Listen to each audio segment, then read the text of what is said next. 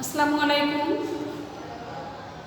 জয়গোবিন্দ উচ্চ বিদ্যালয় কর্তৃক আয়োজিত অনলাইন ক্লাসে তোমাদের সবাইকে স্বাগত জানাচ্ছি। কেমন আছো তোমরা? নিশ্চয় ভালো। আমি আজমিরি আক্তার, সহকারী শিক্ষক। আজ আমি সপ্তম শ্রেণীর শিক্ষার্থীদের বাংলা প্রথমপত্র বই থেকে একটা কবিতা আছে, আমার বাড়ি।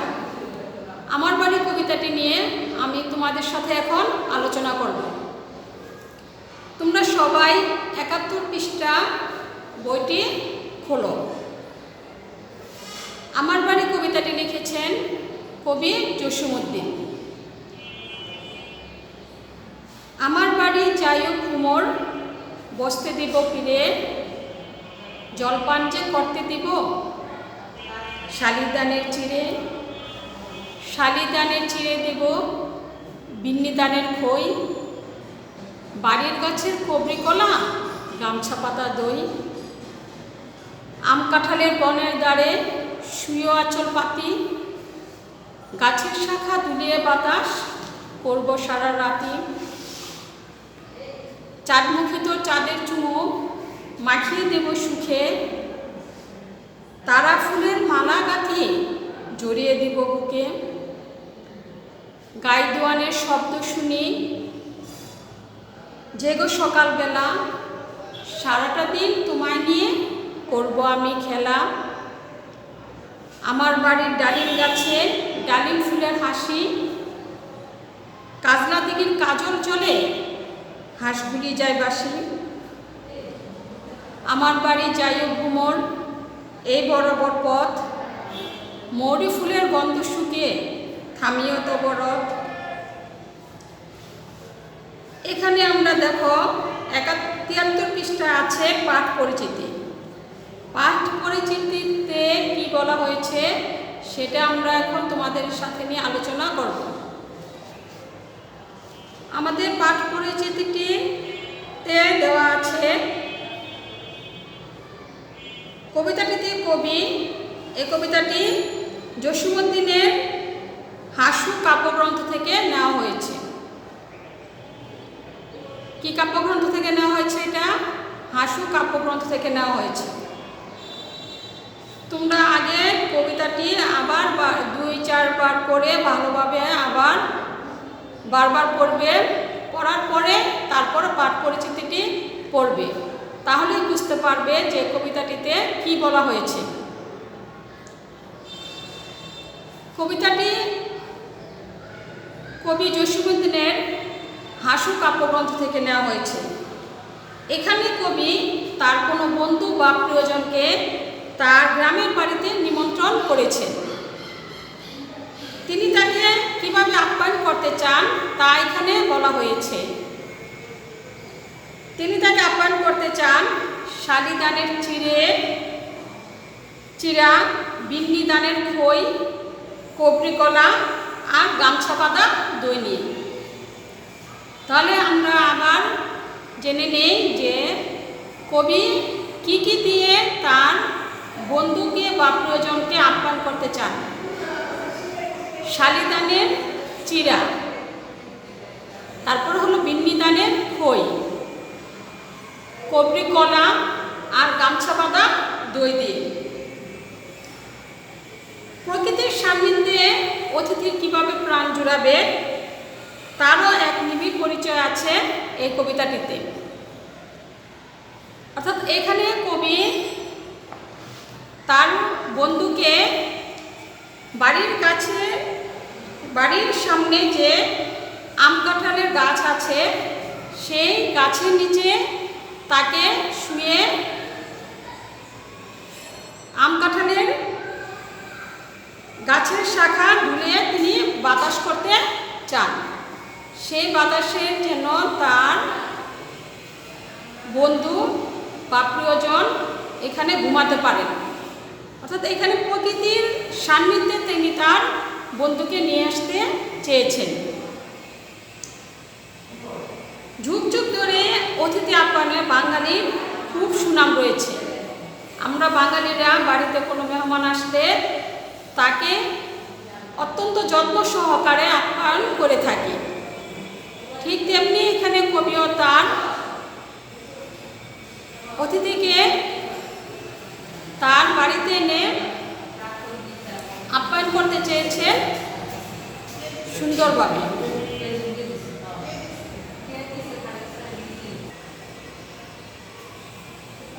অতিথির বিশ্রাম ও আনন্দের জন্য এখানে গৃহস্থের আন্তরিক প্রয়াস ও কবিতায় বিশেষভাবে লক্ষণীয়। এখানে কবি তার প্রিয়জনকে তারা ফুলের মালা দিয়ে বরণ করতে চেয়েছেন। কবিতাটিতে আরও আছে যে কবি যখন ঘুমিয়ে যাবেন সকালবেলা তিনি যেন গাই দুহানের অর্থাৎ গাভীর দোহানের সময় তার আওয়াজ পেয়ে যেন তিনি উঠে পড়েন।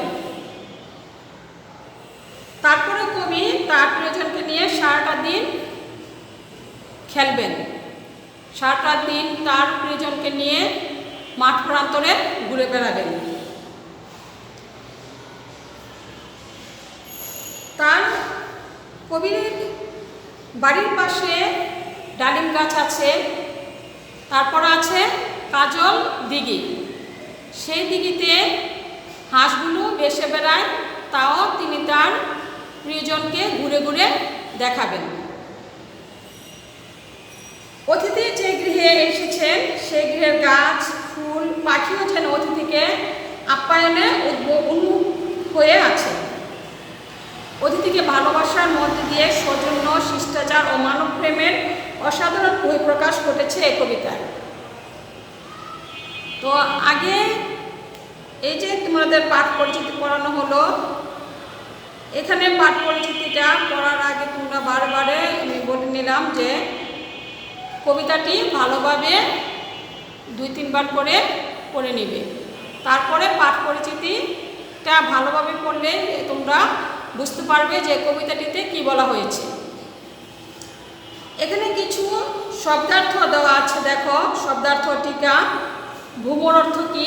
ভ্রমর অর্থ হলো মৌমাছি, ভ্রমরের অর্থটুকু হলো ভ্রমর। কবিতাটিতে কোনো বন্ধু বা প্রিয়জনকে ভ্রমর বলে সম্বোধন করে নিজের বাড়িতে আসার আমন্ত্রণ জানানো হয়েছে। শালিধান হলো এক প্রকার ধান যা হেমন্তকালে উৎপন্ন হয়। আবার বলছি যে শালিধান অর্থ হলো এক প্রকার ধান যা হেমন্তকালে উৎপন্ন হয়। বিন্নি ধানও বাংলাদেশের আদি জাতের ধানগুলোর মধ্যে একটি। কবরি কলা খুব স্বাদের এক প্রকার কলা, স্বাদের জন্য বিখ্যাত এক প্রকার কলার নাম হলো কবরি কলা। গামছা বাঁধা দই বলতে এখানে বোঝানো হয়েছে যে অধিক ঘনত্বের ফলে যে দই গামছা রাখলে রস গড়িয়ে পড়ে না, সেটাকে বলা হয় গামছা বাঁধা দই। অর্থাৎ দইয়ের মধ্যে কোনো প্রকার রস থাকবে না, দইটা হলো ঘনত্ব যেন গামছা রাখলে গড়িয়ে না পড়ে। শুয়ে আঁচল পাতি, আঁচল পেতে শুয়ে থাকতে বলা হয়েছে, তো এটাকে বলা হচ্ছে শুয়ে আঁচল পাতি, আঁচল পেতে শুয়ে থেকো। গাই দোহানের শব্দ, গাভীর দুধ দোহানের শব্দ। কাজলা দিঘি, কাজলের মতো কালো জলের দিঘি। এগুলো হলো শব্দার্থ। তোমরা এই শব্দার্থগুলো ভালোভাবে পড়লে এখানে টিকচিহ্ন দিতে পারবে। পাঠ পরিচিতি পড়া ভালোভাবে পড়লেও টিকচিহ্ন দিতে পারবে। যেমন এখানে আসতে পারে যে কবিতাটি কবি জসীমউদ্দীনের কোন কাব্যগ্রন্থ থেকে নেওয়া হয়েছে, এটা মনে রাখবে তোমরা যে হাসুক কাব্যগ্রন্থ থেকে নেওয়া হয়েছে। তারপর ভ্রমর অর্থ কি? মৌমাছি, এটাও টিকচিহ্নের মধ্যে থাকে। ছোট ছোট যে প্রশ্নগুলো আছে সেই প্রশ্নগুলো টিকচিহ্নের মধ্যে তোমরা পাবে। এখন আমরা একটু জেনে নিই কবি পরিচিতিটা। কবি জসীমউদ্দীন কত সালে কোথায় জন্মগ্রহণ করেন? আমি আবার বলে নিই যে আমার বাড়ি কবিতাটি কবি হলেন জসীমউদ্দীন। কবি জসীমউদ্দীন 1903 খ্রিস্টাব্দে ফরিদপুর জেলার তাম্বুলখানা গ্রামে জন্মগ্রহণ করেন। কবি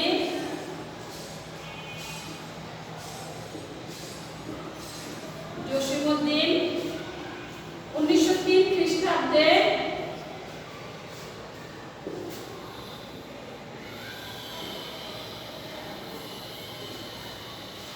ফরিদপুর জেলার তাম্বুলখানা গ্রামে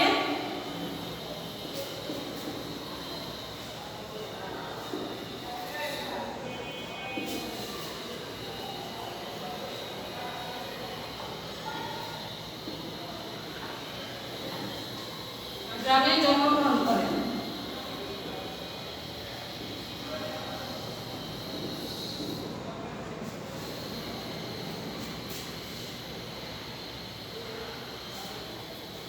আমাদের আবার মনে রাখতে হবে যে কবি জসীমউদ্দীন কত সালে কোথায় জন্মগ্রহণ করেন।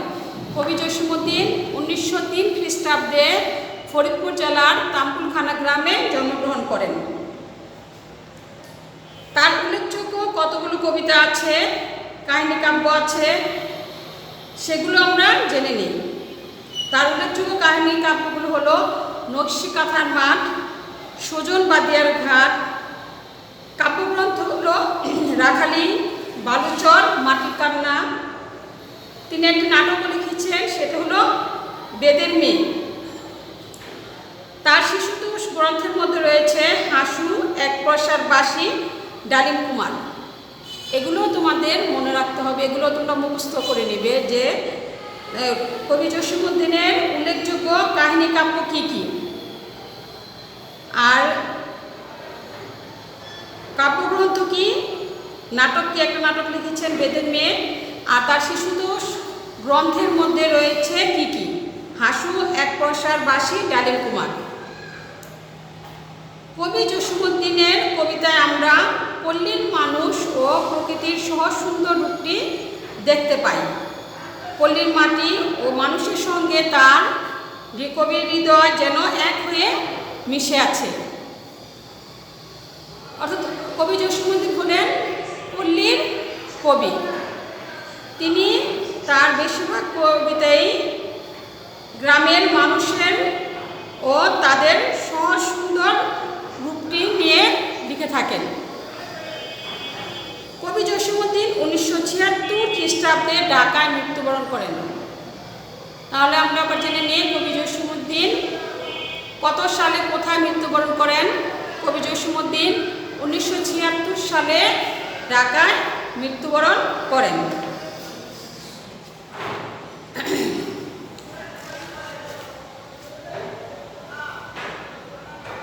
এখানে ছোট ছোট দুটা টিক চিহ্ন আমরা দেখতে পাই যে আমার বাড়ি কবিতায় কবি বন্ধুকে কোন ধানের চিরা খেতে দিবেন, শালি ধানের, আমন ধানের, বোরো ধানের, বিন্নি ধানের।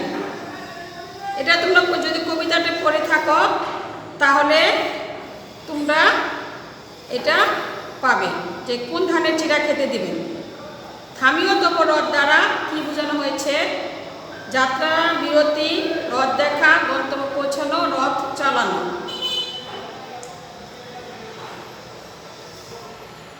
তারপরে এখানে একটা সৃজনশীল আছে। সৃজনশীলের মধ্যে উপরে যেই 4-5টা লাইন আছে, ওই 4-5টা লাইন পড়লেই তোমরা এই কবিতাটির উত্তরগুলো দিতে পারবে। আমার বাড়ি কবিতায় কাতলা দিঘি কাজল জলে কি হাসে, আমার বাড়ি কবিতা কবি বন্ধুকে আমন্ত্রণ জানিয়েছেন কেন, উদ্দীপকের প্রথম চরণের সাথে আমার বাড়ির কবিতার কোন অংশের মিল আছে ব্যাখ্যা করো, উদ্দীপক ও আমার বাড়ি কবিতার ভাবার্থ কি এক বিশ্লেষণ করো। অর্থাৎ সৃজনশীল প্রশ্নের উত্তরগুলো দিতে হলে তোমার আগে কবিতাটি ভালোভাবে পড়তে হবে, পাঠ পরিচিতিটা পড়তে হবে, তারপরে তুমি সৃজনশীল প্রশ্নের উত্তর দিতে পারবে। আজ এ পর্যন্তই তোমাদের নিয়ে আলোচনা করলাম। আগামী ক্লাসে আবার তোমাদের পরের একটা কবিতা পড়াবো শুনে একটি মুজিবর থেকে।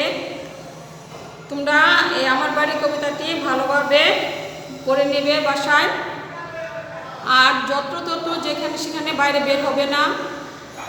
আমরা সবাই জানি যে এখন যে মহামারী আকার ধারণ করেছে করোনা, এর থেকে আমাদের রক্ষা পেতে হলে আমাদের সবাইকে খুব সাবধানভাবে চলাফেরা করতে হবে।